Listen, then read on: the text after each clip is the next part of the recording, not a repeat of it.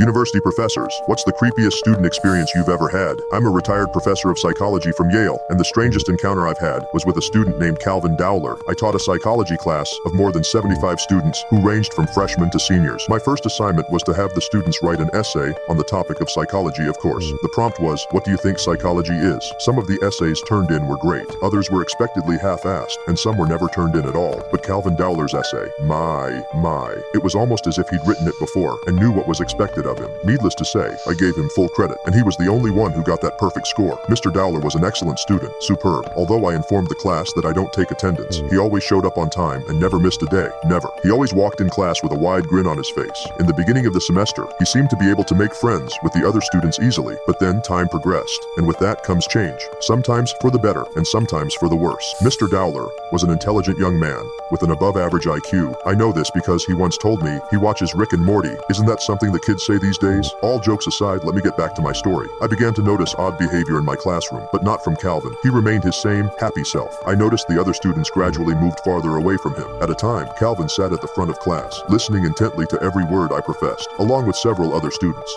This day, however, he sat in the same spot alone. The other students sat together somewhere else. Why are they neglecting him? I thought to myself. One night I sat in my kitchen grading papers. The assignment this time was to write about a childhood experience that the students believed helped shape who they were now, whether it be in a positive or negative way. Then I read Calvin Dowler's essay. I picked it up as I always did, with excitement and genuine anticipation. Like I said before, he was a great student who never failed to impress, but this must have been a mistake. As my eyes raced down the page, my heart began to beat rapidly. His essay was inundated with curse words and detailed gory descriptions of some event. One line read, I tried to catch the bitch, but she was too fast. She hit me in the back of my head pretty good. Gotta give her that. There was blood everywhere, but I just sat there, laughing like a lunatic. Whether or not these words actually transpired, I wasn't sure. The week before the end of the semester was what I like to call the opening of the floodgates. That's because students would come to my office hours to ask me their questions before the final exam, hoping to salvage their grades in the last week. My office hours were late. They began at 6 p.m. and ended at 7:45 p.m. The students didn't like this, of course, but they also didn't like failing the class. One student named Adeline walked in. She was also one of my top performing students, so I wasn't surprised to see her show up so late to get some extra help. She also happened to be one of Calvin's friends, or former friend. I couldn't help myself. I asked her why she and the others were ignoring him lately. Professor, Calvin's not who you think he is. I don't want to say too much. I actually don't want to get involved if you don't mind, she stuttered. She didn't look at me when she said that, implying something. I wasn't sure. There are several reasons why someone won't make eye contact with you in a conversation, including emotions of fear. I let it go. I responded, that's fine. I didn't mean to be a bother. I just found it strange because you all seemed to be getting along in the beginning of the semester. Adeline wasn't the last student who visited during my office hours. One student after another came by to ask questions and get help before the exam. And then Calvin showed up. It was 7:53 p.m. and my office hours were now over, but I made an exception for Calvin. After all, he was my best student, but I also wanted to ask him some questions myself. He walked in and sat down with his eyes on the floor the entire time. Before I could speak, he let out a quick, sorry, pretending to be ignorant. I tilted my head, waiting for elaboration. I think I sent you something in place of my actual essay assignment. That was an accident. I didn't mean to turn that in. I have no idea how it got mixed up in there. It's fine. Here you are. I handed back to him his foul, gruesome, curse-riddled essay. He then unexpectedly got up and headed for the door. I asked him where he was going. Is that it? You sure you don't have any questions before the final? Nope, I'll be fine, he responded. I didn't get to ask him my questions.